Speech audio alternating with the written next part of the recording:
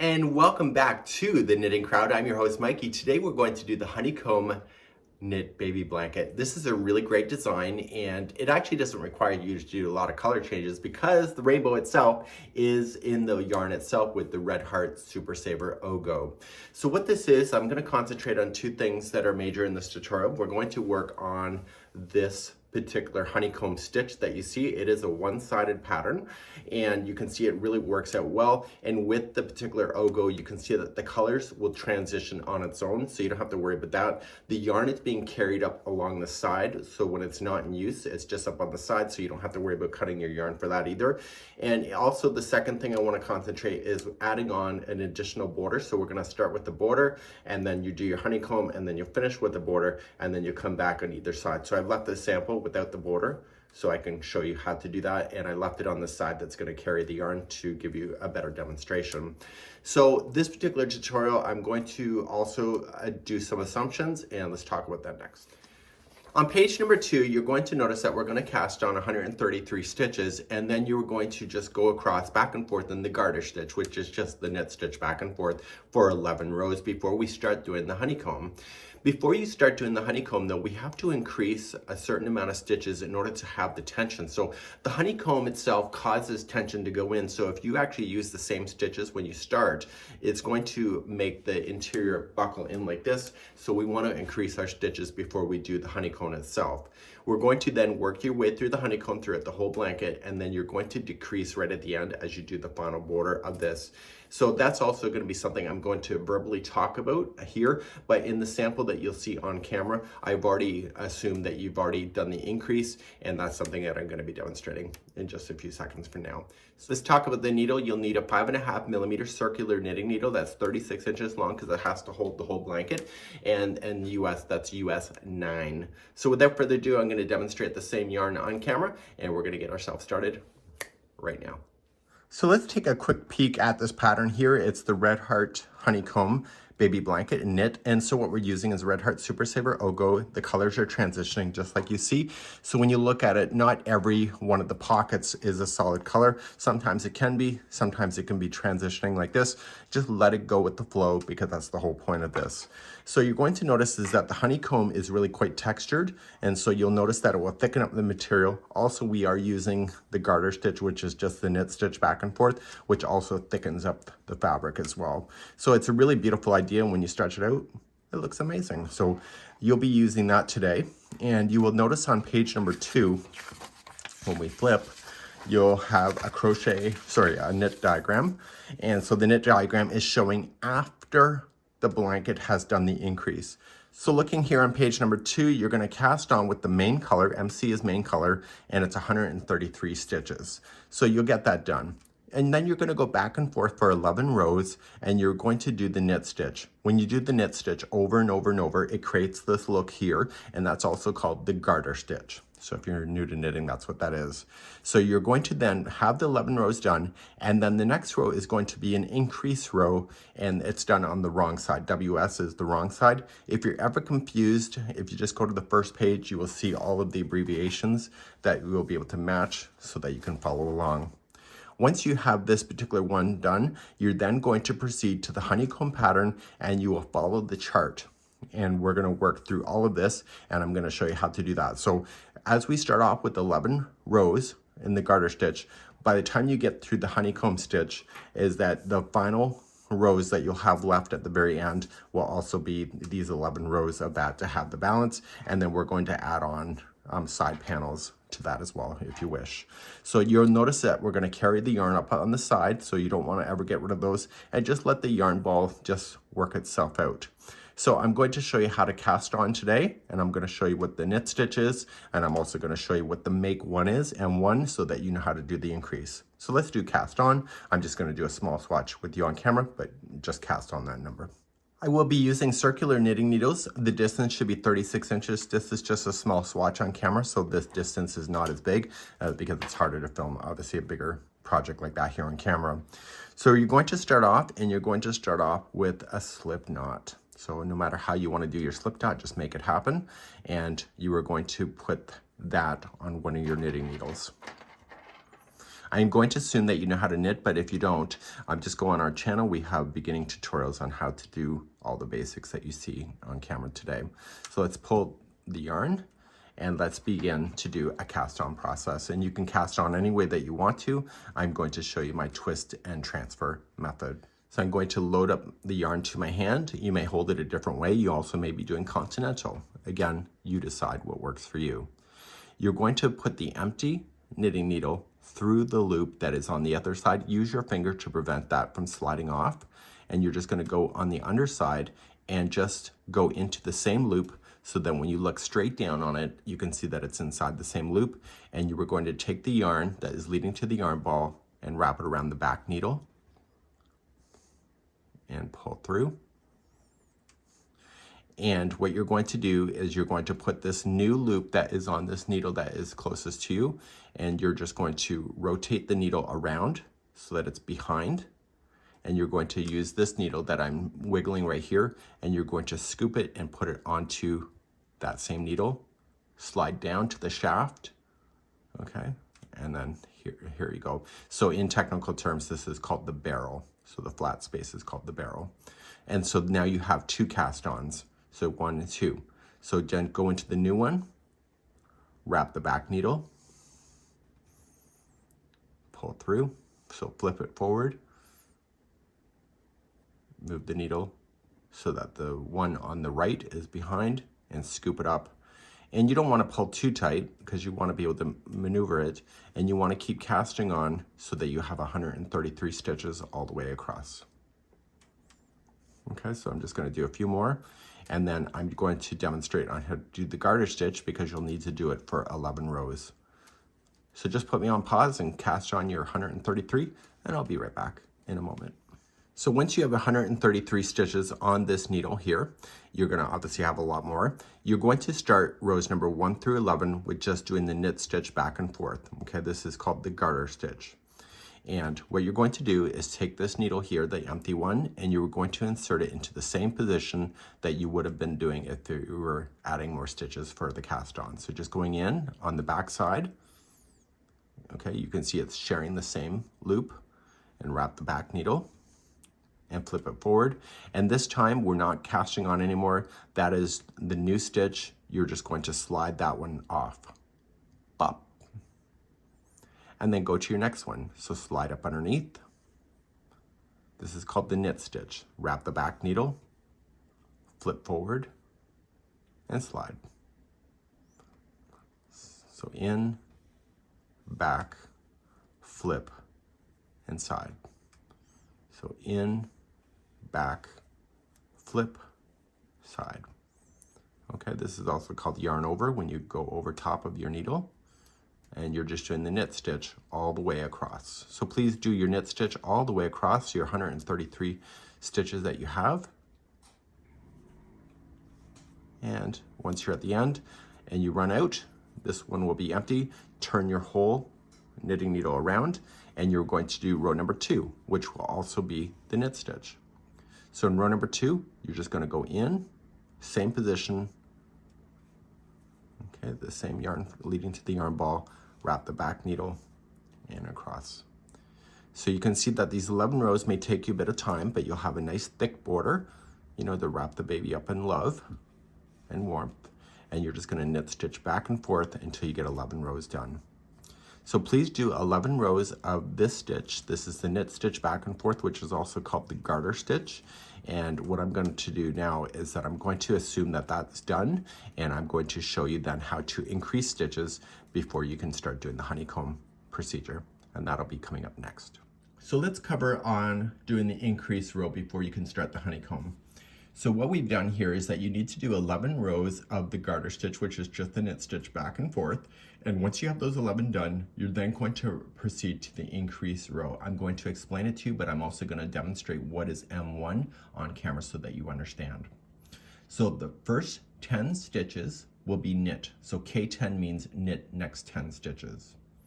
Then you're going to do make 1.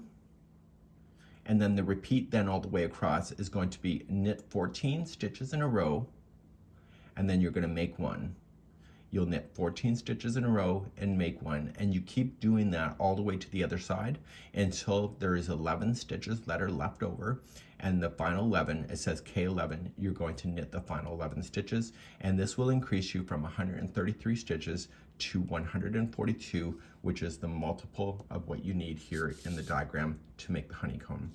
So let me demonstrate what the M1 is, and I will show you that next. So in the pattern, it would have said that you have to K10, so knit 10, and then M1. So let me just knit 2 and just demonstrate what M1 is. So I'm just going to knit the first 2. So whenever you have to do an M1 in Yarnspirations patterns, it's always going to be the same information. And what we need to do is that we need to pick up the span that is in between right here. See this right here? That's the span that you want. And you want to use this needle here to pick it up. So just carefully loop it around and pick it up onto the left needle.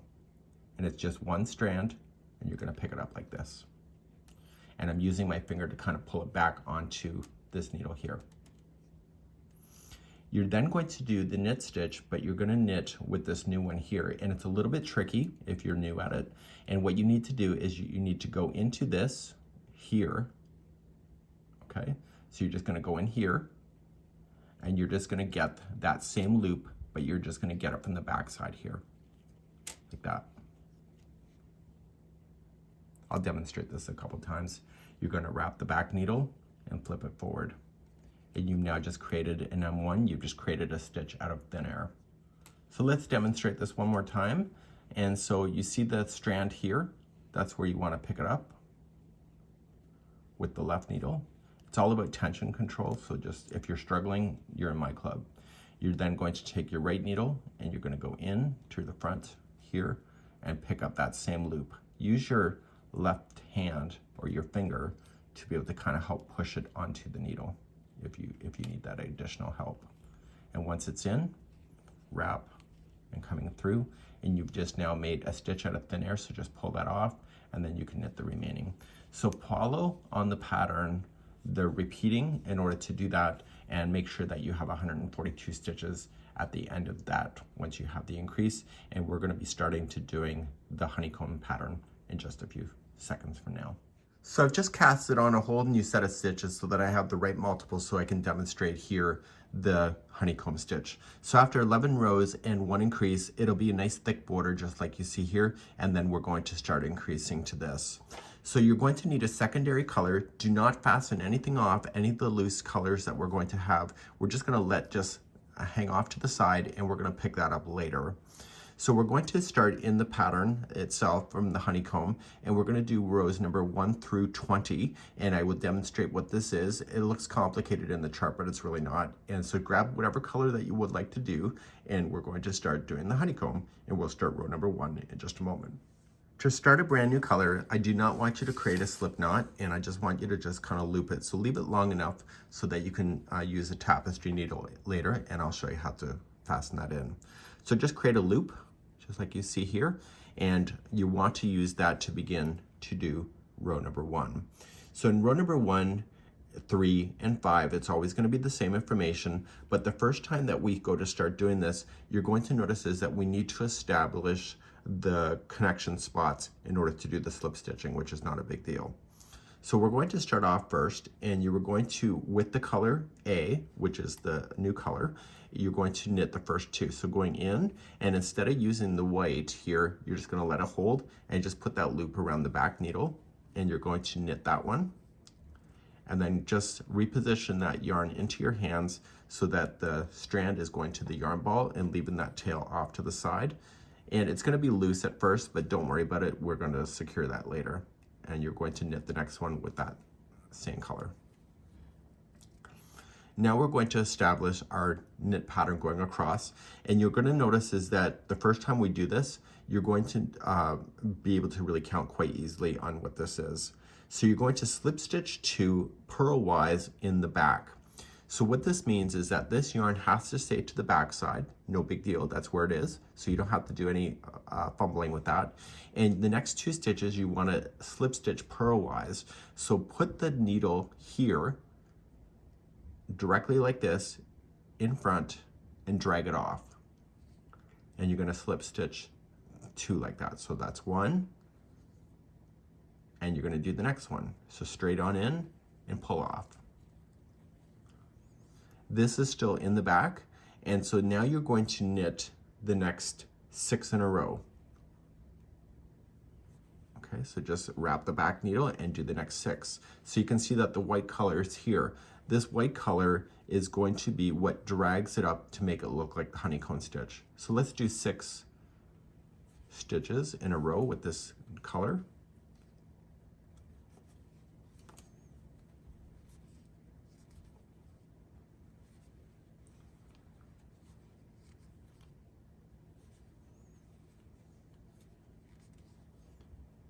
And there's 6. And so now you're going to repeat what you already know. So you see how you had 2 here? So the next 2 is slip stitch purlwise in the back. So just take this needle, go up through, and pull off. Do that one, and do the next one. So do 2 in a row. And then how many stitches are you going to knit with this new color? Hopefully you said 6. And I want you to go all the way across in that same formation, and I will meet you at the end where we're going to have just a couple stitches left, and I will demonstrate on how to finish that in just a moment. So please just continue to repeat the same steps that you see, and I'll be right back in a moment. So I'm coming up near to the end, and I have 4 stitches left. So the next 2 are going to be slip stitch purlwise, which was what you already know, and then the last 2 will be the final color that you've been playing with. Say, for example, you were missing a stitch somewhere, because that's what happened to me on my sample when I started because I didn't know the multiple. You can always just go and do a make 1 at anywhere in this in order to get your stitch count. So maybe you were missing a stitch here. You could always do a make 1 and just make an additional stitch. You probably will not notice if it's not a big deal like that. So that's something that you can consider. So I'm going to slip stitch purlwise the next 2. And then the very final 2 of this row should be this color here. Okay, so you should have what is equal balance in the pattern itself. So it's really important that you had the stitch counts proper when you started this row, but you can always improvise if you have to. So check off number 1 off a checklist, and we're going to move on to row number 2. Let's turn our work and begin row number 2. So rotate your whole thing around, and just don't get your yarns all tangled up with each other with the needle. Just kind of keep everything separate from each other. And you're only going to be working with this. So this here is the starting strand here on this side. And then the other side has the carried up yarn. So row number 2, you're going to start off and you're going to do a purl all the way across. And you're also going to slip stitch these whites. But because you've already counted it and because you can already see it, it's a nice easy row. So just coming into the front end, and you're going to purl the first 2. So flip it backwards. So this here is going to be slip stitch, okay, purlwise with the yarn in the front. So the yarn is already in the front. It's closest to you. So you're just going to slip stitch purlwise. So just going in and pull off, and then go into the next one, pull off. It's the same color as you see. And then you're just going to start and purl starting in the next one. So these carrying yarns that you see should be on this side here because you're carrying in the front. So I'm just more worried about just purling the same color. So when I see the white and I know that my stitch counts are right, I don't have to really count so much. And whatever color you decided to do. Hey Google, pause. I don't know why that happened. So here's the white, and you were just going to pull off, slip stitch purlwise with the yarn in the front.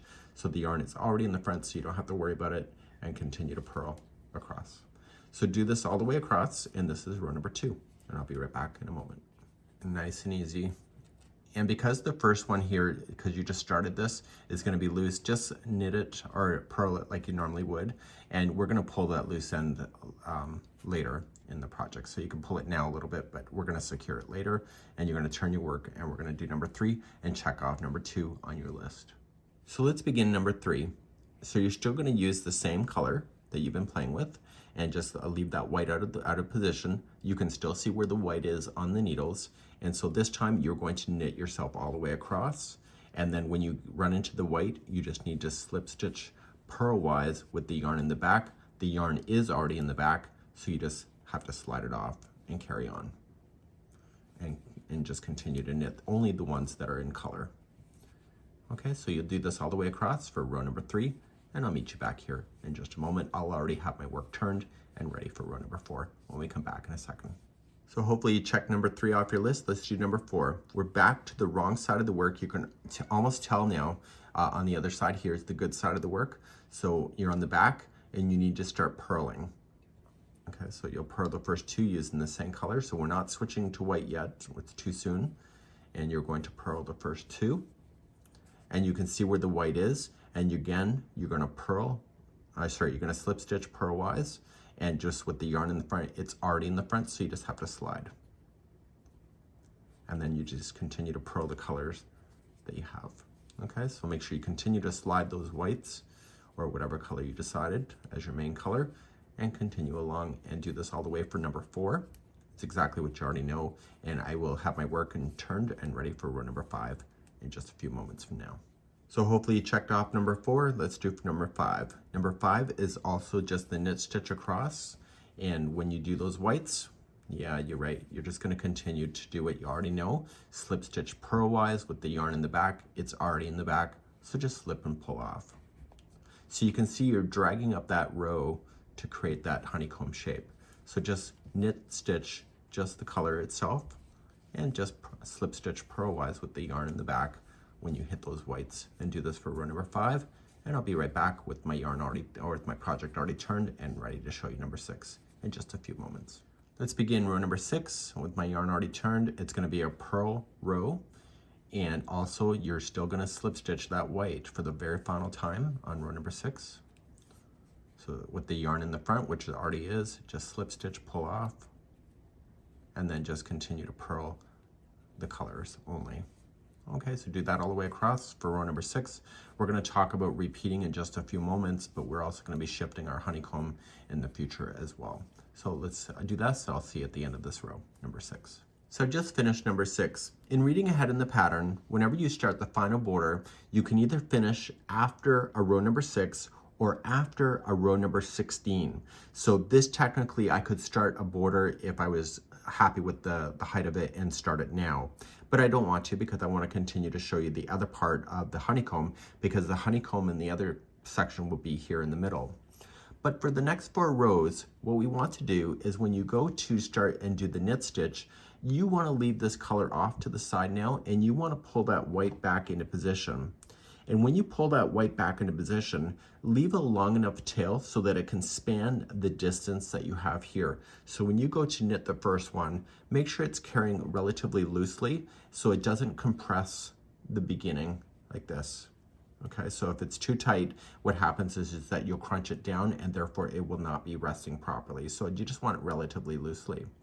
Now for this row number 7, 8, 9, and 10, the next 4 rows, which I'm explaining now, is just going to be the knit stitch back and forth.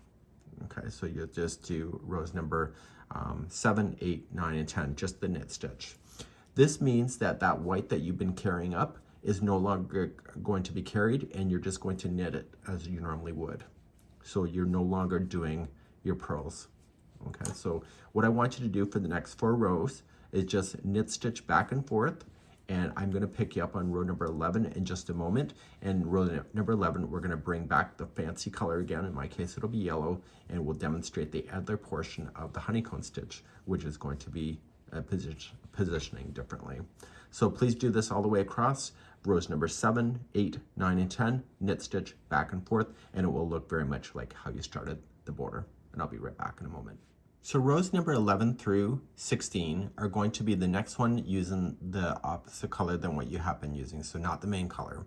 So now you're going to start, and you are going to reposition where the honeycomb is. So we're going to start with just there, let the white just rest out of the way. And when you pick this one up, it's like what I said before, if you pull too tight, it's going to compress. So when you go to wrap the first time, make sure that it's relatively loose, but not too crazy. Okay, so you're just gonna knit the first one, and you're gonna knit the first 6 actually. So do that one, and you're going to do that. So just keep an eye on that to make sure that it's carrying up relatively loose. The carried yarn will be buried into the project later. So you're knitting the first 6 with this opposite color than the main color. And this is shifting the honeycomb over. So once you have the first 6 in, then the next 2 are going to be the slip stitch purlwise with the yarn in the back. It's already in the back. So you're just gonna do what you normally did, and you're gonna pull the next 2. And what you're doing is you're reestablishing the honeycomb shape itself and moving that over. So then you're gonna start and knit the next 6, and you're gonna do this all the way across. So you can see that once you do this row, you don't have to count anymore. You just have to look for the visual signs of the coloring, which makes it a lot easier for you. So once you can see 6 done, then you're just gonna slip stitch purlwise with the yarn already in the back to carry that, and that'll be the next framework for the next honeycomb that will happen. Please do this all the way across. The last 6 stitches should just be this this color that I'm holding right now, and I will be right back at the end of number 11, and I'll be right back in a second. So as I promised, the last 6 should be this secondary color that you're working with. In my case, it's right, so everything is good. The stitch counts are in line, and that was row number 11. So let's turn your work, and let's begin number 12. Let's begin number 12. You're just gonna start with the purling stitch, and you're just looking for the same color to play with. You can see the white is on the barrel, and it will be coming up. And what are you gonna do when you get to the white? Hopefully you said slip stitch purlwise with the yarn in the front. The yarn is already in the front, so you don't have to worry about it, just have to pull it off. And so the 6 here are being done. I don't need to count, I just said it. But then when you see the white, just pull it off. And then continue along purling the same color that you see. Please do this all the way across. This is row number 12. Row number 13, you're just going to knit all the way across and make sure that you do slip stitch those whites that you have. Again, slip stitch purlwise with the yarn in the back. The yarn is already in the back, so you don't have to do any fancy footwork. Now that you're starting to see this pattern coming out, you can see that it's pretty easy to maintain. Okay, so when you get run into the white, just kind of pull it off and then continue to knit the rest going across. This is row number 13. I'll be right back. Number 14, we're back on the back side of it. It's called the wrong side. And we are just going to reset, and we're going to purl our way across. And what happens when you run into the white? If you said that you're just going to slip stitch purlwise with the yarn in the front, that's the right answer. Okay, you probably thought of it, you just didn't have to say it the whole thing. It's a mouthful, I get it. So we're just going to keep purling, and I'm looking for the whites to tell me what to do. Okay, there it is. So I'm just going to pull off and continue to purl and keep doing that across. And this is row number 14. Okay, number 15, you're back to knitting again straight across. When you hit the whites, just want to slip stitch purlwise with the yarn in the back. The yarn is already in the back, so you don't have to worry about it. Just keep sliding them on. Okay, so when you see the whites or the main color that you're using, slip stitch and keep on going. Please do this row for number 15. Okay, number 16 is next, and you're going to purl yourself across, and when you hit the white, what are you going to do? If you said you're going to slip stitch purlwise with the yarn in the front, that's the right answer. If you said something else, that's not the right answer. And we're going to continue just to purl. So I'm just looking for the whites to tell me what to do. And when I come at the end of this row, what's going to happen is that I'm going to talk to you about the repeat again, because it's going to be the finishing of row number 16. So just drag the whites off and continue to purl what you can see. Please do that all the way across number 16, and I'll be right back. Row number 16 is now complete. As I mentioned before, row number 6 or row number 16 is the ending of doing a multiple of the honeycomb itself. So if you want to continue and build more honeycombs, you still have to do rows number 17, 18, 19, and 20, which is basically the white section that you see. So you're just going to continue to knit stitch back and forth with just the white only, and then you're going to go back to the chart and start rows number 1 through 20 all over again. So it says to give a certain amount of inches to 39 inches for the baby size. So 39 could finish you on a row number 6 or 16, it doesn't really matter. But then the next row after that, to get yourself back to the border, you have to do a decreased stitch. So what you have to do is that the next 4 rows from where you are right now, you have to just go back and forth 4 times with just the knit stitch with the white. And so that means that you'll pick up the white again that you'll have here. You won't be sliding those off anymore. So you'll do that. So what I'm going to talk about next is that you're going to have to do a decrease row in order to get yourself back into alignment to the original border that you had. Okay, as this thing gets bigger, it'll sit flatter. So what we have to do is eliminate stitches with a knit 2 together, which is what I'll demonstrate next. So let's do that. So let's pretend I have this to the size I want, and I've either finished on a row number 6 or row number 16. The next row is going to be a decrease row, and what it says knit 9 and then put 2 together, so K2 together. The repeat then is knit 13 and then K2 together, knit 13, put K2 together, and you're going to do this all the way to the end, and the last 11 stitches will then be just a knit stitch. So you're going to use the white, and when you start with the white, as I mentioned, make sure that the first time you're using it, you're just carrying it up on the side relatively loosely so that it doesn't buckle the project, and you're just going to knit in the multiple that it wants. So you can either knit 9 and then put K2 together, and then you start your knit 13, put K2 together. To knit put 2 together, what's going to happen is that you'll just go into 2 stitches at the same time, and you'll gather 2, and when you go to knit, you grab around the 2, and then these 2 just becomes 1 stitch. So I want you to follow the instructions for the decrease row to get yourself there. Once you have that row done, the last 11 rows will just be the knit stitch back and forth. It's the garter stitch, and then you're going to have a nice thick border just like you did on the original sample here. Okay, so this is what you see. So this is my reduction plus also my 11 rows, and it will match the way that it started in the beginning. So you're either, when you finish on the row, you're finishing here. So you see this was row number 16, but if you finished on number 6, you would have another box that's directly in the middle here. So you have to decide where you want to finish, and you can make it pretty much any height that you would like to do. So what I want to do is that I wanted to show you how to cast off is next, and then I'm going to show you how to build onto a side edge. When you're ready to cast off, you're going to start and do the knit stitch as you know it to be, so for the first stitch. You're then going to knit the very next stitch as you know it to be, and you'll have 2 loops on this needle here that I'm pointing at, right here. Now, what you're going to do is carefully, and with a little bit of extra give to it, you're going to take the first loop and drag it up on over like this. This is called the bind off. So then you'll knit the next one. Sorry, the cat and dogs are acting up behind me. So you're going to take that one, take the first one, up and over. So be a little bit loose with it, because if you're too tight, it doesn't have any give. And you're going to do this all the way across. This is called the bind off, and I'll meet you at the other side in just a moment. So when you get to your very last one, you are going to knit that last one. And then you're going to take this one up and over. And carefully, when you do this, you'll be left with 1 loop on the hook, sorry, on the knitting needle. Okay, and you're going to pull up on it. Okay. Once you pull that up, you're just going to grab your scissors, and you want to leave a little bit of a longer tail so you can use to secure that. So you're just going to cut it. And carefully push that yarn through that opening loop, and that will secure it from unraveling. So now we get rid of the knitting needles.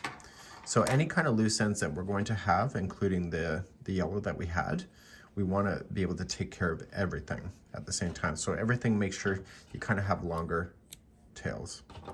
So to secure the last one, and you're going to do the same with all of them, is that you were just going to put it into your tapestry needle, and stay towards the back of it so you can clearly tell which is front and which is back. So stay on the back side and start dragging the yarn through the stitch work. Now just don't go between stitches, go in between plies as well. It'll help it get stuck, and when you pull it the first time, make sure you don't change the shape of your project by over tightening it, and just go back and forth a minimum of 3 times. So some people like to do more or less or whatever, but this is ultimately the right solution. So you're going to do that. So you're going to have the tails that are left over from the ogo being changed over, like if you had to change your ogo, and any kind of like when you started or stopped.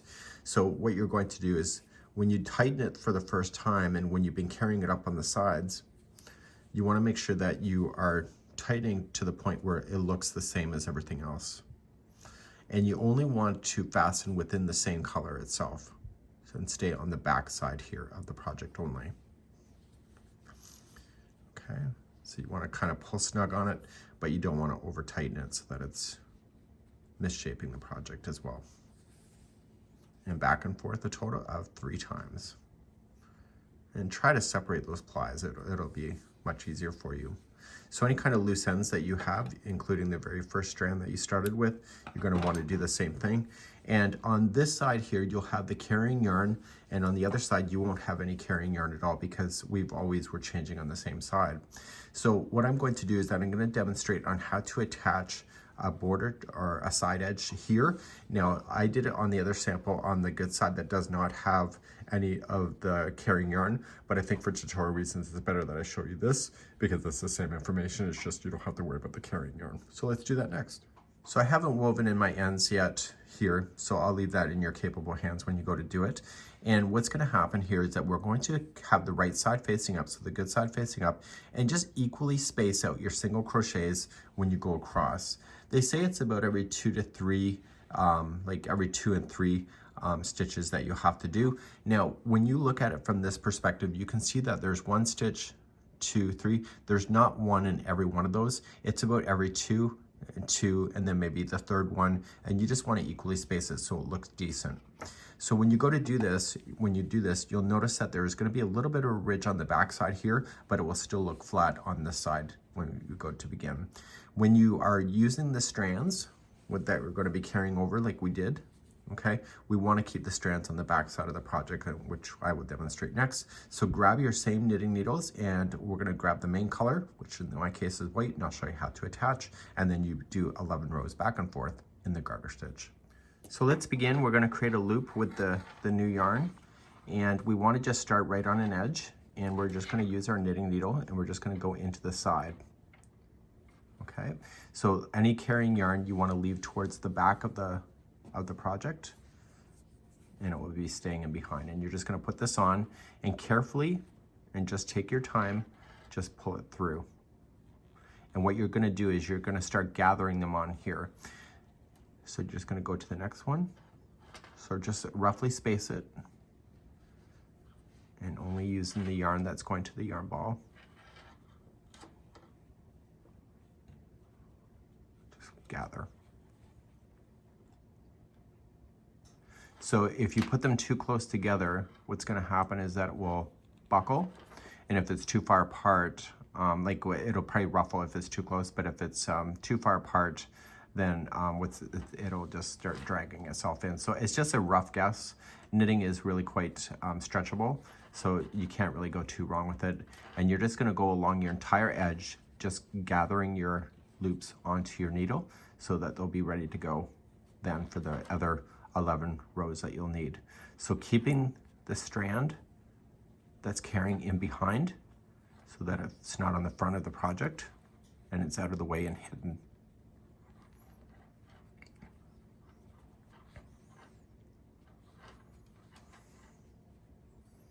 And just gather all a way across, and I'll be right back in a moment. So I've now just come right into the edge, and we are going to then turn your work, and then you're just going to knit like you normally would. Just grab the other needle and just go back and forth the knit stitch until 11 rows are complete. And you're going to do the same with the other side. Just make sure that when you gather them, like the first time, you're on the right side of the work, so the front side, and so therefore it'll stay consistent with the look of the other. Okay, and this will really tell you if it's working out or not. Okay, so it may take a bit of practice, and if you don't want to do a border, then you don't have to, but it does make it look finished, and it'll probably be less catchy for the baby to be able to use as well. And it's something that could be heirloom, so you may want to last it forever. So just do these final touches and you will be pretty happy with yourself.